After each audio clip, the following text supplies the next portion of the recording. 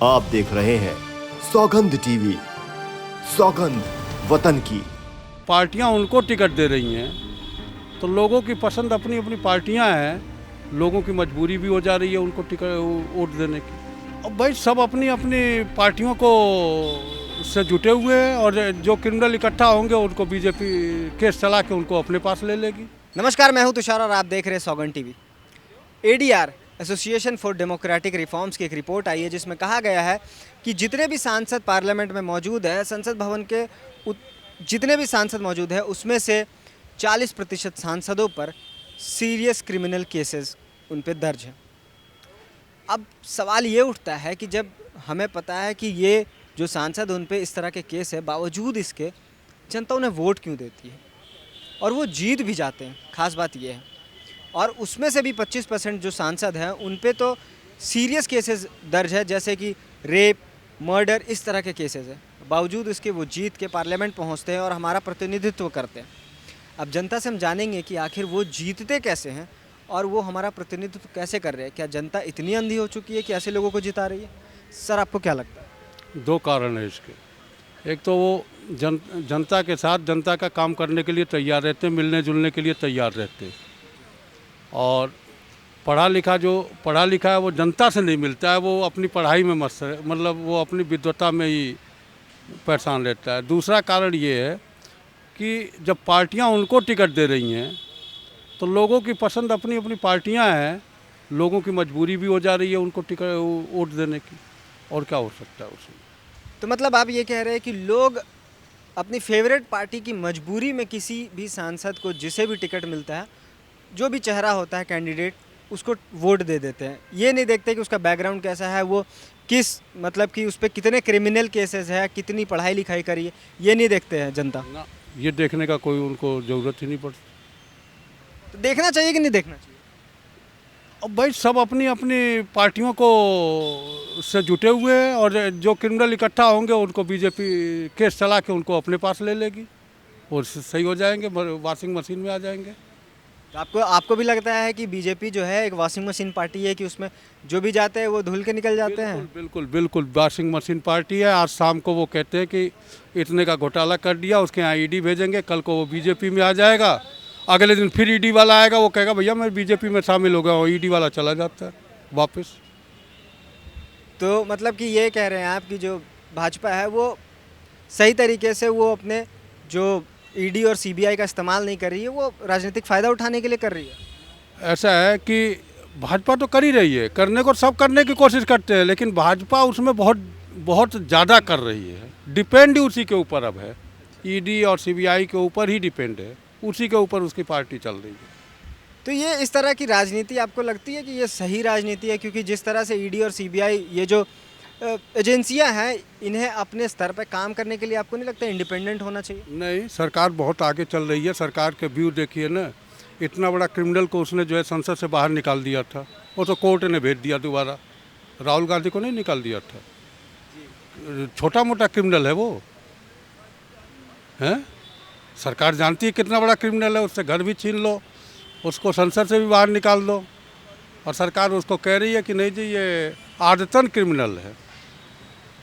लेकिन इसमें सरकार का क्या रोल है? जिस तरह से कोर्ट ने उन्हें सज़ा सुनाई, और ये नियम है कि 2 साल की अगर आपको सज़ा होती है तो नियम के हिसाब से आपकी सदस्यता चली जाती है। तो ये तो नियम के हिसाब से ये काम हुआ था। नियम के हिसाब से तो उसका जो है केस खुलता है और 20 दिन में उसका फैसला हो जाता है, उसके लिए तो ये नियम है।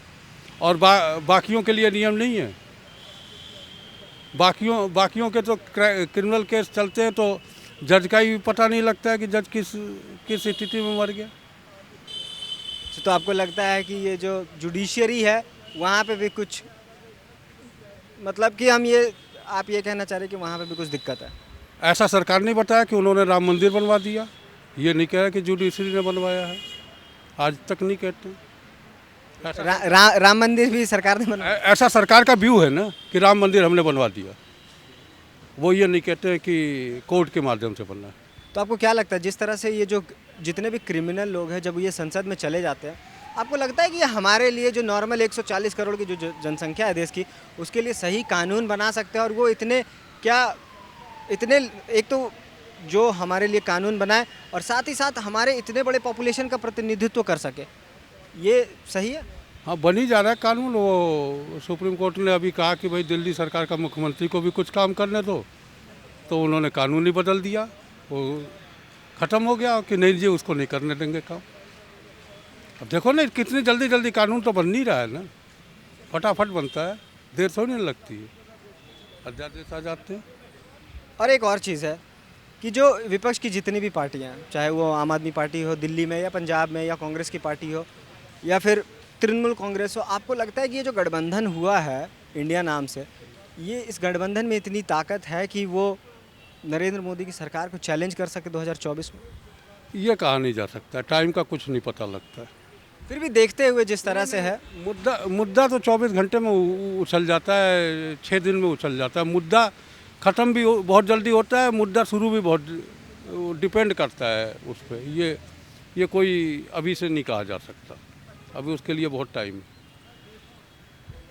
तो एक चीज़ और बताइए कि एक नॉर्मल सिटीज़न होने के नाते आपको क्या लगता है कि ये जो जितने भी क्रिमिनल लोग पहुंच रहे संसद, आप क्या चाहेंगे कि कैसे लोग जाए और क्या ऐसा काम करे जिससे कि एक नॉर्मल आम आदमी को जिससे फ़ायदा पहुंचे? आम आदमी को इस चीज़ से कोई मतलब ही नहीं। आम आदमी को तो जो 3-4 पार्टियां खड़ी कर देंगे उन्हीं में से किसी को वोट देगा, और तो कहीं जाएगा नहीं। और कहाँ जा सकता है, उसके लिए विकल्प ही नहीं है कोई। उसके पास कोई, आम आदमी के पास सब्स्टिट्यूट नहीं है। ये सब्स्टिट्यूट तो उन राजनीतिक पार्टियों के पास है कि वो किसको वोट देते, वो टिकट किसको देते।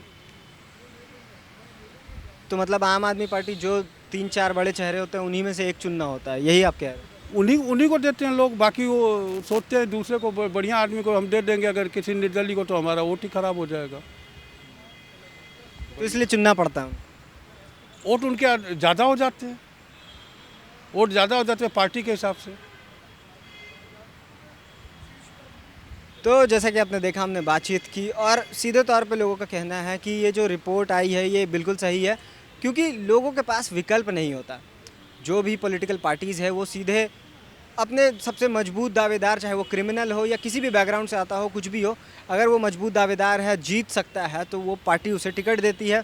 और लोग भी ज़्यादा तहकीकात नहीं करते हैं अपने MP MLAs के बारे में, वो सीधे वोट देते हैं कि किस पार्टी का है, सिर्फ उन्हें इससे मतलब है।